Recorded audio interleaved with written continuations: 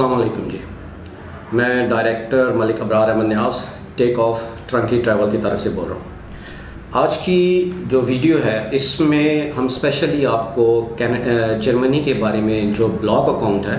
उसकी थोड़ी सी डिटेल्स और उसको किस तरीके से हैंडल करना है उस सिलसिले में थोड़ी सी बात करेंगे। मेरे जो कोलीग हैं डॉक्टर सलमान CEO जो हैं इसी टेक ऑफ ट्रैवल के,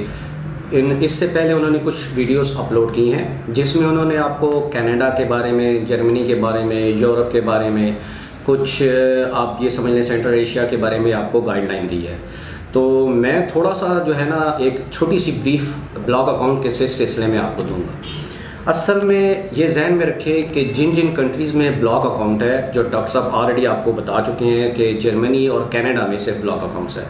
तो जिन जिन कंट्री में ब्लॉक अकाउंट है स्टूडेंट्स वहाँ पे जो वीज़ा रेशो है वो 99% होती है। उसकी वजह यह है कि आपने एक अमाउंट जो उन्होंने एक फ़िक्स की हुई है वो आपने उनकी कंट्री में रखी हुई है, उनके कंट्री में उनके बैंक अकाउंट में रखी हुई होती है। और जो बैंक स्टेटमेंट होती है वो क्योंकि पाकिस्तान में होती है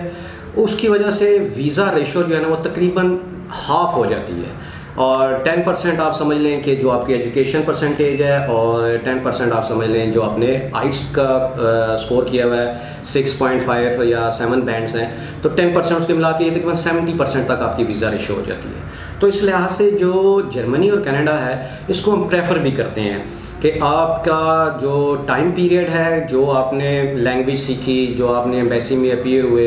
एम्बेसी फ़ीस वगैरह दी, वो आपकी ज़ाया ना हो ना, ताकि आपको 99% जो है ना वो वीज़ा जो है वहाँ का मिल जाए। अब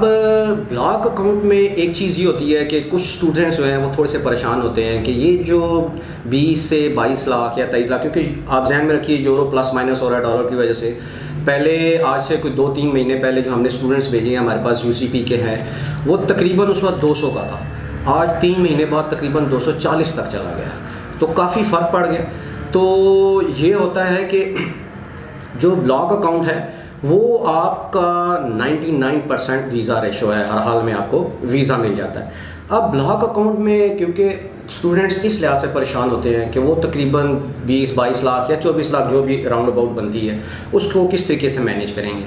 तो उसका एक अल्टरनेट तरीका बेटा वो ये है कि अगर आपका कोई रिलेटिव,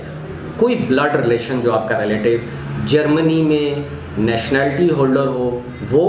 और सेकंड कोई भी आपका नॉन ब्लड रिलेशन यानी आपका कोई दोस्त है, कोई दूर पार का रिश्तेदार है, मतलब आपको जानता है, आपके एरिए का है, वो जर्मनी में नेशनैलिटी होल्डर है या RP है उसके पास, इवन आपका कोई दोस्त पुराना जो आपका कोलीग है, यूनिवर्सिटी में आपके साथ था, कॉलेज में आपके साथ था, वो वहाँ पे सेटल है, उसके पास RP है। RP का मतलब होता है रेजिडेंशियल परमिट। ये तकरीबन आप समझ लें कि ये एक किस्म की नेशनैलिटी ही होती है। तो ये दोनों लोग अगर आपको बॉन्ड जर्मन गवर्नमेंट की तरफ से वहाँ पे एक इदारे से ये बॉन्ड लेके देते हैं, ऐसे ही है जैसे हमारे मुल्क में एफिडेविट होता है। अब उस बॉन्ड में वो ये मेंशन करते हैं कि ये जो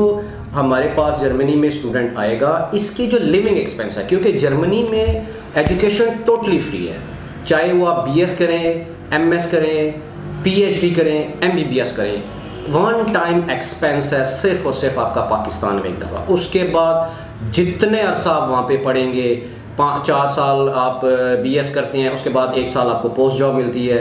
MS करते हैं 2 साल का, उसके बाद फिर आपको 1 साल पोस्ट जॉब मिलती है, फिर आप 5 साल तकरीबन आप कर लें अगर आप गो थ्रू हो जाते हैं PhD के लिए, तो ये 13 साल की जो आपकी एजुकेशन है टोटली फ्री है। तो आपके पास 2 रास्ते हैं, एक कि अगर आपके अपने फादर या आपका कोई भाई वगैरह मैनेज कर सकता है ब्लॉक अकाउंट तो वेल एंड गुड, ये तो बहुत अच्छी बात है। और अगर आप इस लिहाज से परेशान हैं कि मैं ब्लॉक अकाउंट को मैनेज नहीं कर सकता, तो सिर्फ और सिर्फ एक तरीका और रह जाता है, वो ये कि आपका कोई रिलेटिव, कोई ऐसा दोस्त जो आपके ब्लड रिलेशन बेशक ना हो, वो सिर्फ और सिर्फ वहाँ से एक बॉन्ड देता है जिसके ऊपर वहाँ की मिनिस्ट्री स्टैम्प करके देती है उसको कि इसके पास, क्योंकि उसको वहाँ पे इतनी जॉब उसने शो करनी होगी कि उसके पास इतनी अर्निंग है, वो जिस घर में रह रहा है, अगर वो नेशनैलिटी होल्डर है, लाजिम बात है शादीशुदा है, उसके इतने एक बीवी है, 1 या 2 बच्चे हैं, उसके एक्सपेंस निकाल के अगर उसके पास 1000 से 1500 यूरो सेव होते हैं तो वो जो डिपार्टमेंट है वो उसको अलाउ कर देता है कि आप ये जो बॉन्ड है इसको एलिजिबल है, आप भेज सकते हैं। तो जब आप एम्बेसी में जाते हैं तो बजाय ब्लॉक अकाउंट दिखाने के आप वो सिर्फ जो एफिडेविट उस शख्स ने आपको दिया हुआ है वो दिखाएंगे, तो आपका जो ब्लॉक अकाउंट है वो ज़ीरो हो जाता है, यानी उसका अल्टरनेट है। तो ये दोनों हैं आपके लिए, इसीलिए आज एक छोटी सी शॉर्ट वीडियो बनाई है कि काइंडली ब्लॉक अकाउंट के बारे में परेशान ना हो। आपके कोई ना कोई दोस्त रिलेटिव बाहर होगा जर्मनी में, वो आपकी हेल्प कर सकता है। बहुत शुक्रिया। नेक्स्ट वीडियो में इंशाल्लाह इसके अलावा आपको चाइना के बारे में, फिनलैंड के बारे में इंफॉर्मेशन देंगे कि वहाँ पे एडमिशन और वहाँ पे जो स्टूडेंट का एक्सपेंस है, सब कुछ है, उसके बारे में बताएंगे। बहुत शुक्रिया, अपना ख्याल रखिएगा। अल्लाह हाफ़िज़।